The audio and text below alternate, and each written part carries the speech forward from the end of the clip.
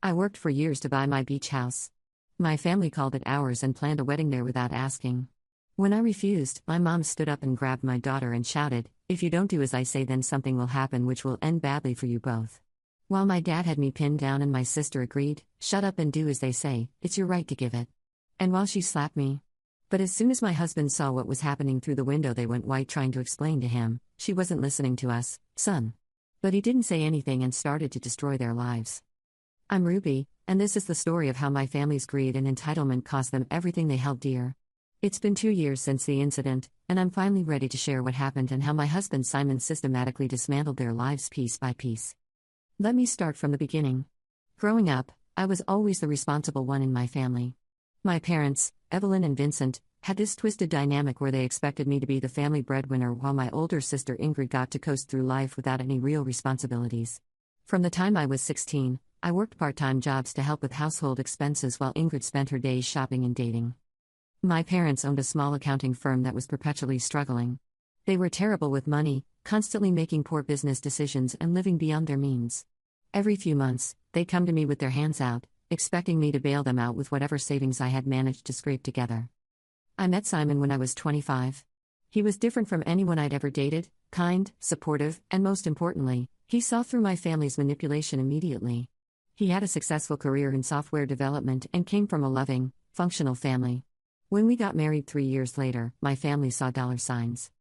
Simon and I worked incredibly hard to build our life together. We both had demanding careers, saved every penny we could, and made countless sacrifices. Our dream was to own a beach house where we could escape the chaos of city life and eventually retire. For 10 years, we lived in a cramped apartment, drove used cars, and rarely took vacations, all so we could save for that dream home. During those 10 years, my family's financial situation only got worse. My parents' accounting firm was on the verge of bankruptcy multiple times, and they kept coming to us for loans that were never repaid. Ingrid had been married to her college boyfriend Spencer for about 3 years, but neither of them had steady employment. They lived with my parents and contributed nothing to the household. Simon was incredibly patient with my family's constant financial demands, but I could see the strain it was putting on our marriage. Every time they asked for money, he'd quietly transfer the funds without complaint, but I knew it was eating away at our beach house savings.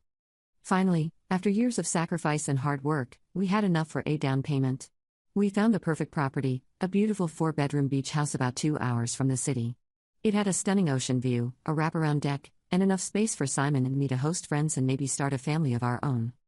The day we closed on the house was one of the happiest of my life. Simon and I stood on the deck watching the sunset, and I finally felt like all our sacrifices had been worth it. We had achieved our dream through nothing but hard work and determination. I made the mistake of sharing our joy with my family. I posted pictures on social media and invited them to visit for a weekend to see our new place. That's when everything started to fall apart. My parents and Ingrid arrived that Friday evening, and from the moment they walked through the door, I could see the wheels turning in their heads. My mother Evelyn walked around the house like she was appraising it, commenting on how spacious it was and how perfect for entertaining it would be. "Ruby, this place is incredible," Ingrid said, but there was something calculating in her voice. "You and Simon have really outdone yourselves." My father Vincent was quieter, but I caught him taking pictures of the house with his phone when he thought I wasn't looking. At the time, I thought he was just proud of what Simon and I had accomplished. That weekend visit went smoothly enough, but over the next few weeks, my family's behavior became increasingly strange. They started referring to the beach house as the family beach house in conversations. My mother would call me with suggestions for improvements we should make to our house. We lived in the beach house for about 2 years, during which time I gave birth to our daughter Nora. Those were some of the happiest years of my life, watching Nora take her first steps on our deck, teaching her to build sandcastles on our beach, creating the kind of childhood memories I had always dreamed of giving my children. Then came the phone call that changed everything. It was a Tuesday evening in March, just after Nora had turned 4. Simon and I were giving her a bath when my phone rang. "Ruby, honey, we need to talk," my mother said without preamble. "What's going on, Mom?" "Well, Ingrid and Spencer have finally set a wedding date." "Well, Ingrid and Spencer want to have a real wedding this time, with all the bells and whistles. You know how that little courthouse ceremony was just for legal purposes." This was confusing because Ingrid and Spencer had been legally married for about 5 years at this point. "What do you mean? They're already married." "Oh, you know that little courthouse ceremony doesn't count. They want to have a proper celebration this time, something worthy of their love." I should have hung up right then, but instead I asked, "Okay, well, congratulations to them. When is it?" June 15th. And we've already sent out save the dates. That's nice, Mom. I'm sure it'll be lovely. We're so excited about having it at the beach house. I felt my blood run cold. What did you just say? The wedding, sweetie. We're having it at the beach house. Ingrid fell in love with the place when we visited, and it's perfect for the ceremony. We can set up chairs on the beach, have the reception on the deck. It'll be magical. I was speechless for a moment. Mom, you can't just plan a wedding at my house without asking me first. Don't be ridiculous, Ruby. It's the family beach house. Of course we can use it for family events. It's not the family beach house, Mom. It's mine and Simon's house. We bought it with our money. Ruby Elizabeth, don't you dare take that tone with me. That house belongs to all of us. You wouldn't have been able to buy it without family support. This was absurd. My family had never contributed a single penny toward the beach house. If anything, their constant financial demands had delayed our purchase by at least 2 years. What family support? You've never given us any money for the house. You've only ever taken money from us. We raised you, didn't we? We gave you the values and work ethic that made you successful. That house is as much ours as it is yours. I could feel my anger building, but I tried to stay calm. Mom, I'm not comfortable with having Ingrid's wedding at the house. It's too much responsibility, and we haven't even lived there a full year yet. Maybe they could find a nice venue somewhere else. Absolutely not. We've already sent out the save the dates with a beach house address. We've put deposits down on vendors. This is happening, Ruby, whether you like it or not. You what? You sent out save the dates with my address without asking me? Don't be so selfish. This is your sister's special day. I hung up on her. Simon found me in our bedroom 20 minutes later, crying into a pillow. When I told him what had happened, his face went through several different emotions: confusion, disbelief, and finally, cold anger. They did what? He asked, his voice deadly quiet. They planned Ingrid's wedding at our house. They sent out save the dates with our address. Simon sat on the edge of the bed and ran his hands through his hair. Ruby, you know we can't let this happen, right? This isn't just about the wedding. If we let them do this, they'll think they can walk all over us forever. I knew he was right, but the thought of confronting my family made me feel sick. They had this way of making me feel like I was being unreasonable whenever I stood up to them. What if we just let them have the wedding? I asked weakly. It's just one day. No. Simon's voice was firm. Ruby, listen to me. This isn't about one day. This is about them thinking they have the right to make decisions about our property without consulting us. What's next? Are they going to move in because it's the family beach house? Are they going to start renting it out to make money? I knew he was right. My family had a history of taking advantage of my reluctance to confront them. If I gave in on this, there would be no end to their demands. The next morning, I called my mother back. I've thought about what we discussed yesterday, and the answer is no. Ingrid cannot have her wedding at the beach house. Ruby, don't be ridiculous. Everything is already planned. Then you'll have to unplan it. The house is off limits. You're being incredibly selfish. This is your sister's wedding. And this is my house. Ingrid can have her wedding anywhere else she wants, but not at my property. What followed was a screaming match that lasted 30 minutes. My mother called me every name in the book, accused me of being jealous of Ingrid, and threatened to cut me out of the family if I didn't change my mind. I held firm. Over the next few days, I received angry calls from Ingrid and my father. Ingrid cried and pleaded, telling me I was ruining her dream wedding. My father took a different approach, trying to guilt me by talking about how disappointed my deceased grandmother would be in my selfishness. Simon supported me through all of it, but I could see the stress was getting to him too. My family's harassment was affecting our home life, and Nora was starting to pick up on the tension. 2 weeks after the initial phone call, my parents showed up at our city apartment unannounced. They had driven 4 hours to talk sense into me, as my mother put it. We need to discuss this wedding situation like adults, my father said as he pushed his way into our apartment. There's nothing to discuss, I replied. I've already told you the answer is no. Ruby, be reasonable, my mother said. We can't cancel everything now. Do you know how much money we've already spent? That's not my problem.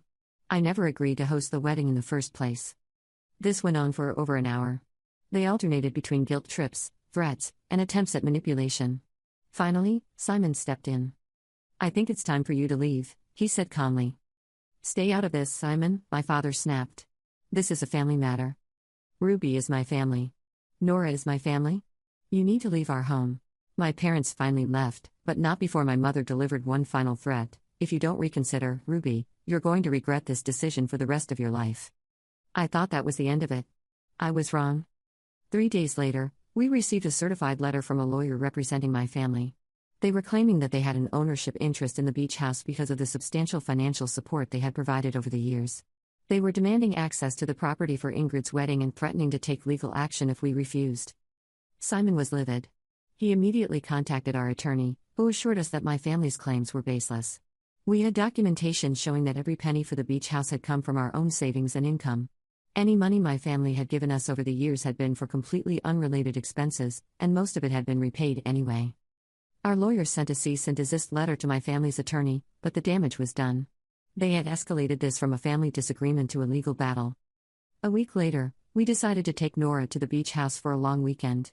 We thought getting away from the city might help us decompress from all the family drama. We arrived Friday afternoon and spent a quiet evening on the beach with Nora. For the first time in weeks, I felt like I could breathe again. The sound of the waves and the ocean breeze reminded me why Simon and I had worked so hard to buy this place. Saturday morning, Simon went into town to buy groceries while Nora and I stayed at the house. She was playing in the sand pit Simon had built for her in the backyard when I heard cars pulling into our driveway. My heart sank when I saw my parents' car, followed by Ingrid and Spencer's SUV. They didn't knock. My father used the spare key we kept under the deck planter, a key I had given them for emergencies only. Ruby. My mother called out as they barged into the house. We need to talk. I quickly brought Nora inside and tried to stay calm. You can't just let yourselves into my house. I gave you that key for emergencies. This is an emergency, Ingrid said dramatically. My wedding is in 6 weeks, and you're trying to ruin it. I'm not trying to ruin anything. I just don't want you to have your wedding at my house. Our house, my father corrected. This house belongs to the whole family. No, it doesn't. Simon and I bought this house with our own money. What happened next still gives me nightmares. My mother stepped forward and grabbed Nora, who had been clinging to my leg. Nora started crying as my mother held her tightly. If you don't do as I say, then something will happen which will end badly for you both. My mother shouted while Nora sobbed in her arms. I lunged forward to get my daughter, but my father grabbed me and pinned my arms behind my back. Let go of me. I screamed. Let go of my daughter. Ingrid stepped in front of me while my father held me down. Shut up and do as they say, she hissed. It's your right to give it. Then she slapped me across the face. Nora was screaming now, terrified and confused. I was struggling against my father's grip, desperate to get to my daughter. My mother was holding Nora tightly, not hurting her but not letting her go either. All you have to do is say yes, my mother said over Nora's crying. Say yes to the wedding, and this all ends. That's when I heard Simon's truck in the driveway. The sound of his engine made my family freeze. My father's grip on my arms loosened slightly, and I could see panic in my mother's eyes. Simon came through the front door carrying grocery bags, and I'll never forget the expression on his face when he saw what was happening. Nora running to him while crying, my father still holding my arms, my mother looking guilty, Ingrid standing there with her hands still raised. He very slowly set down the grocery bags and looked at each member of my family in turn. She wasn't listening to us, son.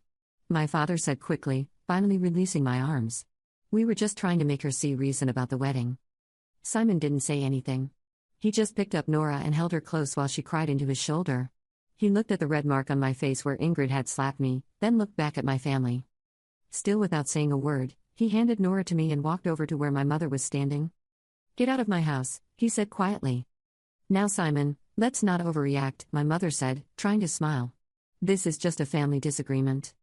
Get out of my house. Something in Simon's tone must have gotten through to them because they actually started moving toward the door. But my father couldn't help himself. You're making a big mistake, boy. We're Ruby's family. You can't just cut us out. Simon turned to look at my father, and I saw something in his expression that made my blood run cold. Watch me, he said. After they left, Simon held Nora and me while we both cried. When we had finally calmed down, he made several phone calls. The first was to our lawyer to report what had happened and discuss getting emergency restraining orders. The second was to the local police to file assault charges. The third was to his brother Trevor, who happened to be a private investigator. I need you to find out everything you can about Evelyn, Vincent, and Ingrid Morgan, Simon told Trevor. Everything. Financial records, legal issues, business dealings, personal relationships. I want to know every skeleton in their closets. We also immediately changed all the locks on the beach house and installed a comprehensive security system with cameras covering every entrance. That was the beginning of the end for my family. Over the next 18 months, while we dealt with lawyers, restraining orders, and criminal charges for the assault, Trevor conducted his investigation. What he found was worse than any of us had imagined. My parents' accounting firm was not just struggling, it was actively committing tax fraud. They had been falsifying records for several of their clients, skimming money, and hiding assets from the IRS. The business was a front for what amounted to organized tax evasion. Ingrid and Spencer weren't just unemployed, they were running credit card scams and identity theft operations from my parents' basement. They had been using stolen credit information to make purchases, which they then resold online. My father had been having an affair with his secretary for over 5 years, and had been using money from the business to pay for a secret apartment where they met. My mother had been stealing from the local church where she volunteered, embezzling money from their charity fund to support the family's lifestyle. Trevor compiled everything into a comprehensive report, complete with financial records, photographs, and witness statements. It was a roadmap for destroying their lives. Simon's plan was methodical and brutal. First, he anonymously sent copies of the tax fraud evidence to the IRS. Within 6 weeks, federal agents raided my parents' accounting firm and seized all their records. The investigation that followed would take over a year to uncover the full extent of their systematic fraud affecting dozens of clients. While my parents were dealing with federal tax investigators, Simon sent the evidence of Ingrid and Spencer's credit card fraud to the FBI's cybercrime division. Their basement operation was shut down within 2 months, and both of them were arrested on federal charges. The affair evidence went to my mother, along with copies of financial records showing how much money my father had spent on his secret apartment. This destroyed their marriage and led to a bitter divorce where neither of them could afford decent legal representation because their business was under federal investigation.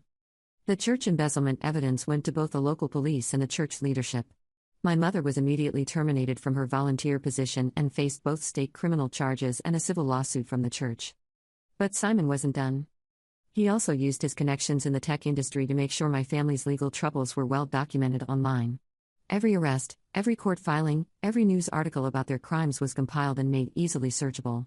Future employers, landlords, and anyone else who Googled their names would immediately find out about their criminal activities. But Simon's revenge wasn't just about exposing their crimes, he was systematically dismantling every aspect of their lives with surgical precision. While the federal investigations were ongoing, Simon began phase 2 of his plan. He had Trevor investigate every business relationship my family had built over the years. It turned out my father had been cutting corners and providing substandard accounting services to several local businesses, some of which were already suspicious about discrepancies in their books. Simon anonymously reached out to these business owners, providing them with evidence of my father's negligent practices. Within weeks, my parents were facing a dozen civil lawsuits from former clients who had discovered errors in their tax filings that had cost them thousands in penalties and interest. The lawsuits were particularly devastating because my parents couldn't afford decent legal representation. All their assets were frozen, and no lawyer would take their cases on contingency because the evidence against them was so overwhelming. They ended up representing themselves in court, which went about as well as you'd expect. During this same period, Simon was working on destroying Ingrid and Spencer's social circle. He had Trevor compile evidence of their credit card fraud and identity theft, then strategically leaked this information to their friends and extended family. The couple that had once been popular at parties and family gatherings suddenly found themselves completely ostracized. Ingrid's best friend Amy, who was supposed to be her maid of honor at the beach house wedding, discovered that Ingrid had stolen her identity to open several credit cards. Amy not only cut all ties with Ingrid but also filed a police report that added to the growing list of charges against her. Spencer's brother, who had been planning to be his best man, found out that Spencer had used his social security number to open a fraudulent business account. The betrayal destroyed their family relationship and provided prosecutors with another victim willing to testify against Spencer. Simon also made sure their crimes were reported to every credit monitoring service and fraud prevention network in the country. This meant that Ingrid and Spencer would never be able to fly under the radar again. Any attempt to open new accounts or apply for jobs would immediately trigger fraud alerts. But perhaps the most psychologically devastating part of Simon's plan was how he handled their housing situation. After my parents lost their business and could no longer afford their mortgage, they were forced to look for rental properties. What they didn't know was that Simon had quietly reached out to every landlord in a 30-mile radius. He didn't threaten anyone or make demands. He simply provided landlords with public records showing my family's criminal charges, bankruptcy filings, and civil judgments. He also included news articles about their arrests and court appearances. Most landlords took one look at this information and refused to rent to them. The few landlords who were willing to work with them demanded such high security deposits and rent that my parents couldn't afford it. They ended up in a rundown apartment complex on the outskirts of town, the only place desperate enough for tenants to overlook their criminal records. Even then, Simon wasn't done. He had Trevor monitor their new living situation and discovered that they were struggling to pay even the reduced rent on their apartment. So he did something truly diabolical. He anonymously paid their rent for 2 months, then suddenly stopped. My parents had no idea where the mysterious payments were coming from, but they gratefully accepted what they thought was help from a sympathetic friend or family member. When the payments suddenly stopped, they were behind on rent again and facing eviction. The psychological impact of having hope dangled in front of them then snatched away was devastating. Simon's manipulation of their financial situation extended beyond just housing. He had Trevor track every job application my father submitted and would then anonymously send my father's criminal records to potential employers just before interview dates. My father would show up for interviews thinking he had a real chance at employment, only to be told that they had decided to go with another candidate. The pattern repeated itself dozens of times. My father would get his hopes up, prepare for interviews, sometimes even go out and buy new clothes he couldn't afford, only to be rejected at the last minute. The constant cycle of hope and disappointment was breaking him down psychologically. My mother faced similar treatment. Simon had Trevor research every volunteer organization, church group, and community center where she might try to rebuild her reputation. Before she could establish herself anywhere, anonymous tips would arrive informing these organizations about her embezzlement conviction. The most painful part for my mother was being rejected by her church. She had been a member there for over 20 years and had genuinely believed that the congregation would forgive her mistakes. Instead, she found herself completely shunned by people she had considered close friends. Simon also ensured that the ripple effects of their crimes extended to their social circles. He had Trevor create detailed timelines showing how much money my family had stolen or defrauded over the years, then made sure this information reached everyone they knew.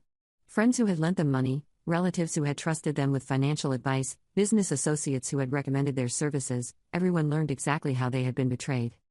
The social isolation was perhaps worse than the legal consequences. My parents went from being respected members of their community to pariahs that no one wanted to associate with. Former friends crossed the street to avoid talking to them. Relatives stopped inviting them to family gatherings. They became completely alone in their shame and poverty. Meanwhile, Ingrid and Spencer's situation in prison was made worse by Simon's final touch. He had Trevor research the other inmates at their respective facilities and discovered that several of them had been victims of identity theft. Simon made sure word got around about what Ingrid and Spencer were incarcerated for. Prison is not kind to people who steal from individuals and families. Identity thieves are considered among the lowest forms of criminals by other inmates, and Ingrid and Spencer found themselves targets of harassment and violence. They spent most of their sentences in protective custody, which meant 23 hours a day in isolation. The psychological reports from their time in prison painted a picture of two people who had completely broken down. Ingrid had multiple panic attacks and had to be put on suicide watch twice. Spencer developed severe depression and anxiety that required medication and therapy. But Simon's most devastating move was still to come. While my family was dealing with criminal charges, civil lawsuits, and social ostracism, he was quietly working on the one thing that would hurt them most, their sense of legacy and family pride. My parents had always taken pride in the small business they had built together. Even though it was failing and they had been committing crimes to keep it afloat, they saw it as their life's work and planned to pass it on to Ingrid someday. Simon made sure that could never happen. He had Trevor research the business's history going back 20 years and discovered that my parents had been cutting corners and making questionable decisions almost from the beginning. They had been audited by the state several times but had managed to avoid serious consequences through a combination of luck and minor reforms. Simon compiled all of this information into a comprehensive report that he sent to the state board that regulates accounting firms. The board launched their own investigation, which resulted in my parents losing their professional licenses permanently. Even if they had somehow survived the federal charges, they would never be able to work in accounting again. This meant that when Ingrid eventually got out of prison, there would be no family business for her to inherit. The thing my parents had worked their entire adult lives to build was gone forever, and with it, any hope they had of leaving something behind for their children. The final blow came when Simon bought the debt on my parents' house. Their mortgage had been sold to a debt collection agency when they stopped making payments during the federal investigation. Simon purchased it through a shell company and immediately began foreclosure proceedings. But he didn't stop there. He also bought up several of their other debts, credit cards, medical bills, the loan on their failed business equipment. He consolidated all of this debt under his shell company, which meant he now owned every aspect of their financial destruction. The foreclosure process was drawn out and humiliating. Simon's lawyers filed motion after motion, requesting documentation and financial records that my parents couldn't provide because everything had been seized by federal investigators. Each court hearing was another public reminder of their fall from grace. When the house was finally sold at auction, Simon made sure the sale was heavily advertised in the local newspaper. Everyone in their community got to read about how the respected accounting firm owners had lost their home to foreclosure due to criminal activity. Simon even arranged for the auction to take place on a Saturday morning when most of their former friends and neighbors would see the signs and activity. It was a final, public humiliation that drove home just how completely their lives had been destroyed. Within 2 years of that terrible day at the beach house, my family had lost everything. My parents' business was shut down, and they each faced multiple federal charges. The divorce proceedings stripped them of what few assets the government hadn't already seized. They lost their house and had to move into a rundown apartment across town. Ingrid and Spencer were both convicted of credit card fraud and sentenced to 2 years in federal prison. Because they had no assets to pay restitution, they'll be dealing with federal debt collectors for the rest of their lives. My father's affair destroyed not only his marriage but also his reputation in the small business community where he had worked for decades. No accounting firm would hire him, and he ended up working at a tax preparation chain for minimum wage. My mother's embezzlement conviction made her unemployable in any position involving financial responsibility. She ended up working part-time as a grocery store cashier and could barely afford her share of the rent on their tiny apartment. The most satisfying part was that throughout all of this, Simon never revealed his role in their downfall. As far as they knew, their lives had simply imploded due to their own bad choices and terrible luck. They had no idea that every piece of evidence that destroyed them had been carefully compiled and strategically delivered by the man they had dismissed as just Ruby's husband. It's been 4 years since that awful day at the beach house. Nora is now 8 years old and thankfully doesn't remember much about what happened. She doesn't ask about them anymore. Simon and I are stronger than ever. The experience showed me just how much he was willing to do to protect Nora and me, and it made me realize that my real family was the one I had built with him, not the one I had been born into. We still have the beach house, of course. We've made new memories there, hosting Simon's family for holidays and taking Nora to build sandcastles on the same beach where I had once feared losing her. Sometimes I wonder if what Simon did was too extreme. My family lost everything: their freedom, their reputation, their financial security, their relationships. But then I remember my mother grabbing my 4-year-old daughter and threatening us both, my father pinning me down while Ingrid slapped me, and I remember that they brought this on themselves. They had spent my entire life taking advantage of my reluctance to stand up to them. They had convinced themselves that they were entitled to everything Simon and I worked for, simply because we were related. They thought they could threaten my child and assault me without consequences because I had always been too afraid to fight back. They were wrong. Simon didn't just destroy their lives, he taught them that actions have consequences. Every federal charge, every bankruptcy filing, every night they spent in their tiny apartment was a lesson in what happens when you threaten someone's family. The aftermath of Simon's systematic destruction continued to unfold in ways that surprised even me. About 8 months after their arrests, I received a call from my Aunt Beverly, my mother's sister, who lived across the country. She had seen news articles about my family's legal troubles online and wanted to know what had really happened. I gave her a carefully edited version of events, focusing on how my family had tried to take over our beach house and had threatened Nora and me when we refused. I didn't mention Simon's role in exposing their crimes. I let her believe that their legal troubles were simply the result of their own poor choices catching up with them. What Beverly told me next was both shocking and satisfying. She revealed that my parents had been asking relatives across the country for money to pay for legal representation. They had been spinning a story about how they were innocent victims of a government conspiracy, and that they just needed help to prove their innocence. Several relatives had initially been sympathetic and had sent small amounts of money. But when Beverly and others started researching the charges online, they discovered the overwhelming evidence against my family. The requests for money stopped, and my parents found themselves cut off from even their extended family. Beverly also told me something that made my blood run cold. My mother had been calling relatives and telling them that Simon and I were somehow responsible for their legal troubles. She was claiming that we had fabricated evidence against them because we were angry about the wedding situation. This revelation showed me just how delusional my family had become. Even after everything that had happened, they still couldn't accept responsibility for their actions. They were still trying to blame everyone else for the consequences of their own criminal behavior. Simon's reaction to this news was typically calm and calculated. "Let them talk," he said. "Anyone who investigates their claims will find out the truth. And if they keep making false accusations against us, they'll just dig themselves deeper into legal trouble." He was right. Several relatives who initially believed my parents' claims ended up calling Beverly to ask for more details. When they learned about the physical assault on Nora and me, and saw the evidence of my family's long history of criminal activity, they not only stopped believing my parents but became actively hostile toward them. The isolation became complete when my father's affair was finally exposed to the extended family. Simon had made sure that evidence of the affair, including financial records showing how much money had been spent on the secret apartment, reached every relative who might still have been sympathetic to my parents. The affair revelations were particularly damaging because my parents had always presented themselves as having a strong Christian marriage. Learning that my father had been cheating for years while my mother had been stealing from their church destroyed any remaining sympathy the family might have had. During this time, I also learned more about the extent of my family's financial crimes. The federal investigation had uncovered a sophisticated operation that went far beyond simple tax fraud. They had been creating fake businesses, filing fraudulent insurance claims, and even running a small-scale Ponzi scheme with money from some of their more trusting clients. The Ponzi scheme was particularly disgusting because most of the victims were elderly clients who had trusted my parents with their retirement savings. These people had worked their entire lives to save money, only to have it stolen by people they thought they could trust. When the full scope of their crimes became public, the local news stations picked up the story.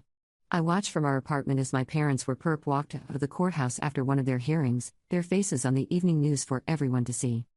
The news coverage was devastating for their reputation. The reporters had interviewed several of their victims, including an elderly woman named Margaret who had lost her entire life savings to my parents' Ponzi scheme. Margaret's tearful interview, in which she described how she could no longer afford her medications because of what my parents had done, was played on every local station. Ingrid and Spencer's credit card fraud operation was also covered extensively. The news revealed that they had victimized over 100 people, many of them young families who were struggling financially to begin with. The emotional impact of seeing their victims' faces on television was overwhelming. One victim was a single mother named Maria who had been trying to build credit so she could buy a house for her children. Ingrid and Spencer's fraud had destroyed her credit score and ruined her dream of homeownership. When I saw Maria crying on camera as she described how the fraud had affected her family, I felt sick to my Spenceric thinking about how I had grown up with the people who had done this to her. The media attention also revealed the full extent of Simon's investigation. Reporters had clearly been given access to detailed information about my family's crimes, and I realized that Simon had probably been feeding them information throughout the process. When I asked him about it, he didn't deny it. The public has a right to know what kind of people they were dealing with, he said. Your family spent years presenting themselves as respectable business owners and community members while they were stealing from everyone around them. People deserve to know the truth. The media coverage had an unexpected side effect. It brought Simon and me a lot of support from our community. People who had known us professionally reached out to express their sympathy for what we had gone through. Several colleagues told us they couldn't believe we had put up with our family's behavior for as long as we had. Our neighbors in the city also rallied around us. When they learned that my family had physically threatened Nora and me in our own home, they organized a neighborhood watch program and made sure we felt safe and protected. The support was overwhelming and helped me realize just how isolated my family's toxic behavior had made me over the years. I had been so used to their manipulation and abuse that I had forgotten what healthy relationships looked like. Meanwhile, the legal consequences for my family continued to mount. The federal prosecutors had built such a strong case against them that plea bargaining was almost impossible. My parents and Ingrid were facing decades in prison if they went to trial. My father eventually cracked under the pressure and agreed to cooperate with prosecutors in exchange for a reduced sentence. This meant testifying against my mother and Ingrid about their roles in the various criminal schemes. The betrayal destroyed what was left of their family relationships. My mother was furious about my father's cooperation and hired a different lawyer to represent her interests. The legal proceedings became a battle between my parents, with each one trying to minimize their own role while maximizing the other's responsibility. Ingrid and Spencer initially tried to maintain their innocence, but the evidence against them was overwhelming. Simon had made sure that every credit card transaction, every fraudulent purchase, and every victim's statement was documented and presented to prosecutors. The psychological pressure of facing decades in prison while dealing with the complete destruction of their lives was too much for Ingrid. She had a complete mental breakdown during one court hearing and had to be hospitalized for psychiatric evaluation. When she was finally stable enough to return to court, she agreed to plead guilty to all charges in exchange for a sentence of 3 years in federal prison. Spencer held out longer, but eventually accepted a plea agreement for 3.5 years. The sentencing hearings were particularly difficult to watch. Even though I hated what my family had done, seeing them broken and defeated in front of a federal judge was emotionally complicated. These were people who had raised me, who I had once loved and respected, and now they were being sent to prison for years. But then I would remember Nora's terrified face when my mother grabbed her, and I would remember the slap Ingrid gave me while my father held me down, and I would feel nothing but satisfaction that they were finally facing consequences for their actions. The victims' impact statements at the sentencings were heartbreaking. Person after person stood up to describe how my family's crimes had affected their lives. Some had lost their homes. Others had been unable to afford medical care. Many described the psychological impact of having their trust betrayed by people they had considered friends. Margaret, the elderly woman whose life savings had been stolen, gave a particularly powerful statement. She looked directly at my parents as she described how she now had to choose between buying groceries and buying her heart medication. She talked about the sleepless nights and the constant worry about how she would survive financially. "You didn't just steal my money," she told them. "You stole my peace of mind. You stole my golden years. You stole my ability to trust other people." When it was my turn to give a victim impact statement, I focused on the threat to Nora and the assault on me. I described how my family had used physical violence to try to force me to give them access to property that they had no right to claim. They didn't just commit financial crimes, I told the judge. They showed that they were willing to use violence against a 4-year-old child to get what they wanted. They crossed the line that should never be crossed, and they showed no remorse for traumatizing my daughter. The judge was clearly moved by the victim's statements. When she sentenced my parents and Ingrid, she made it clear that she considered their actions to be particularly reprehensible because they had violated the trust of vulnerable people who had believed in them. My mother received 4 years in federal prison for tax fraud and embezzlement. My father got 3 years because of his cooperation with prosecutors. Ingrid got 3 years for credit card fraud and identity theft, and Spencer got 3.5 years for the same charges plus money laundering. But the prison sentences were just the beginning of their punishment. The federal convictions meant they would never be able to work in positions of financial responsibility again. Their professional licenses were permanently revoked. They would be required to pay restitution to their victims for the rest of their lives. Most importantly, their relationships with each other were destroyed beyond repair. My father's decision to cooperate with prosecutors created a rift between him and my mother that would never heal. Ingrid blamed both of her parents for getting her involved in their criminal schemes. The family that had once been united in their sense of entitlement and their willingness to take advantage of others was now completely fractured. I occasionally get updates on how they're doing through mutual acquaintances, and the news is never good. My parents divorced while they were both incarcerated, and they blame each other for their downfall. The affair my father had continues to be a source of bitterness between them even now. Ingrid was released about 6 months ago after serving her full sentence, and is living in a halfway house. Her marriage to Spencer ended in divorce while they were both in prison. Spencer was released 2 months ago and is also in a halfway house, but in a different state. Both of them are struggling to find employment with their criminal records. None of them has attempted to contact me since the restraining orders were put in place. I think they finally understand that I'm not the pushover they thought I was, and that Simon is not someone they want to cross. The beach house that started all of this has become a symbol of everything Simon and I can accomplish when we work together. We put a security system in after the incident, and we changed all the locks. The spare key that my father used to let himself in is now kept in a lockbox that only Simon and I know the combination to.